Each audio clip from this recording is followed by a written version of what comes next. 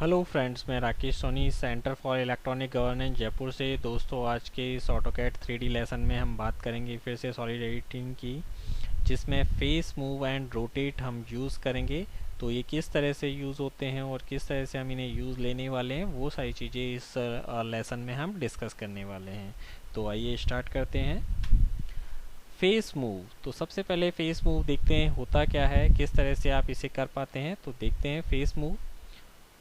Move the selected face on the 3D solid object to a specified height or distance. You can select multiple face at one time. तो यहाँ पे ये आप एक object देख रहे हैं, फेस सेलेक्टेड है। ये फेस आपने सेलेक्ट किया, base point and second base point. तो यहाँ पे ये एक सेकंड पॉइंट दिया और थर्ड पॉइंट दिया, तो ये ऑब्जेक्ट मूव होके यहाँ पे फेस आ गया है। तो इस तरह से आप फेस को मूव कर सकते हैं किसी भी चीज़ का, 3D सॉलिड का। आगे देखते हैं। You can change the shape of the object by moving its face. This option is recommended for mirror adjustment, minor adjustment sorry. फिर है ये किस तरह से करेंगे, सेलेक्ट फेसेस। तो फेस किस तरह से सेलेक्ट करना है वो हम देखते हैं। यहाँ पे ये आपके पास एक फेस है, इसको हम सेलेक्ट करेंगे और किस तरह से कर पाते हैं वो हम देख पाएंगे। Specifies the face to be move, तो ये किस तरह से कर पाएंगे वो देखते हैं।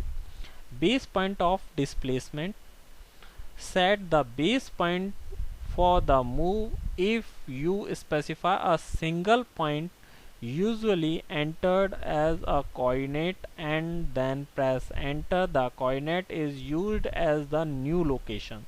जैसा कि आप यहाँ पे देख पा रहे हैं, हमने ये जो ऑरेंज कलर का या रेड कलर का जो फेस है उसको सेलेक्ट किया है 1, एंड जो हाइट दी है वो सेकंड और थर्ड एक लाइन के थ्रू दी है। तो वो कुछ इस तरह से, जहाँ पे ये ऑब्जेक्ट आ रहा है वहाँ पे उस फेस को उसने एक्सट्रूड या मूव नहीं किया है।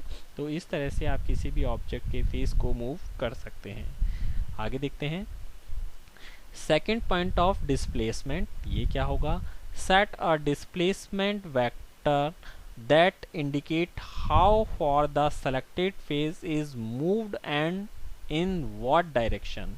तो वो किस तरह से सेकंड पॉइंट देंगे कि वो उसका फेस मूव हो और किस डायरेक्शन में हो, वो हम उसे बता पाएंगे हमारे पॉइंटों के थ्रू। फेस रोटेट, तो फेस रोटेट किस तरह से करेंगे वो भी हम जान लेते हैं। किस तरह से फेस रोटेट होगा, किसी भी फेस को हम रोटेट कर सकते हैं, तो वो किस तरह से होगा वो देखते हैं। रोटेट्स वन और मोर फेसेस और a collection of features on a solid about a specified axis. You can change the shape of the object by rotating its face. This option is recommended for minor adjustment. तो ये आप कुछ adjustment के साथ, जो minor adjustment हैं उनके साथ किसी फेस को रोटेट कर सकते हैं। सेलेक्ट फेसेस, जिसको आपको रोटेट करना है। Rotates the face according to the specified angle and axis. In the drawing area select one or more faces. तो यहाँ पे जो भी आपको फेस रोटेट करना है तो उसके लिए रोटेशन एंगल एंड एक एक्सिस चाहिए होगी, और जो भी एक ही नहीं, आप एक से ज़्यादा भी फेसेस उसमें रोटेट कर सकते हैं। यहाँ पे फिर आता है एक्सिस पॉइंट और 2 पॉइंट।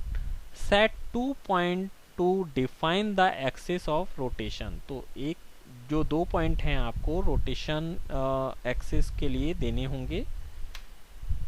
जैसे है ये हम ड्राइंग में समझने की कोशिश करते हैं। फेस सेलेक्टेड, ये वाला मैंने फेस सेलेक्ट किया है माना। सेकंड रोटेशन पॉइंट सेलेक्टेड, ये रोटेशन पॉइंट सेलेक्ट किया है। And face rotate about Z axis 35 degree, तो ये 35 डिग्री जो दिया है वो इस तरह से रोटेट हो गया है ये face. Pressing enter at the main rotate prompt displays the following prompts specifying a point at the main prompt. Skip the prompt for the first point, तो ये किस तरह से देंगे फर्स्ट एंड सेकंड पॉइंट, तो वो देखते हैं। first point on the rotation axis, set the first point on the axis of revolution, second point on the rotation axis, set the second point on the axis। तो इस तरह से first और second point हम उसको देंगे जिससे कि वो इजीली बन पाएगा। Axis by object, axis object के द्वारा भी आप दे सकते हैं। कई सारे ऑब्जेक्ट हैं जिनके द्वारा एक एक्सिस उसको दिया जा सकता है, वो किस तरह से वर्क करेगा और क्या क्या ये एक्सिस ऑब्जेक्ट होंगे वो हम देखते हैं। Aligns the axis of rotation with an existing object, you can select the following objects. तो जो पहले से बने हुए यानी एग्जिस्टिंग ऑब्जेक्ट हैं वो कौन कौन से हो सकते हैं जिनके द्वारा आप एक एक्सिस उसको दे सकते हैं। तो देखते हैं, फर्स्ट है line, align the axis with the selected line, तो एक लाइन के साथ वो अलाइन हो सकता है। फिर है circle, aligns with the 3D axis of the circle, perpendicular to the plane of the circle and passing through the centre of the circle. तो इस तरह से सर्कल के थ्रू दे सकते हैं। फिर है arc, align with the 3D axis of the arc, same perpendicular to the plane of the arc and passing through the center of the arc। फिर है ellipse, align with the 3D axis of the ellipse, perpendicular to the plane of the ellipse and passing through the center of the ellipse। उसके अलावा है 2D polyline, 2D polyline किस तरह से होगी वो देखते हैं। Align with the 3D axis formed by the polyline start point and end points। आगे चलते हैं, उसके बाद है 3D polyline, align with the 3D axis formed by the polyline start point and end point। फिर है spline, aligns with the 3D axis formed by the splines start point and end points। तो ये इसके start point and end point होंगे। View, align the axis of rotation with the viewing direction of the current view point. इसके बाद आता है X axis, Y axis and Z axis. तो align the axis of rotation with the axis X, Y और Z that pass through the selected point.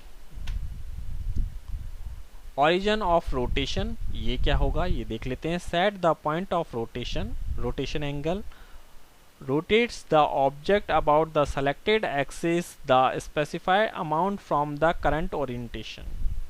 तो यहाँ पे आपको रोटेशन एंगल उसको देना होगा जब भी आप एक एक्सिस सेलेक्ट कर लेंगे। उसके बाद references, specify the reference angle and the new angle. Reference starting angle, set the start point for the angle, ending angle, set the end point for the angle, the difference between the starting angle and the ending angle is the computed rotation angle। तो दोस्तों आज के इस lecture में इतना ही। आशा करता हूँ आपको ये पसंद आएगा। आप इसकी ज़्यादा से ज़्यादा प्रैक्टिस कीजिए और देखिए कि आप आसानी से किसी भी ऑब्जेक्ट को मॉडिफाई कर पा रहे हैं। तो ये सारी चीज़ें आपके 3D ऑब्जेक्ट्स बनाने में काफ़ी हेल्प करने वाली हैं। तो दोस्तों इस लेसन में इतना ही। Thank you.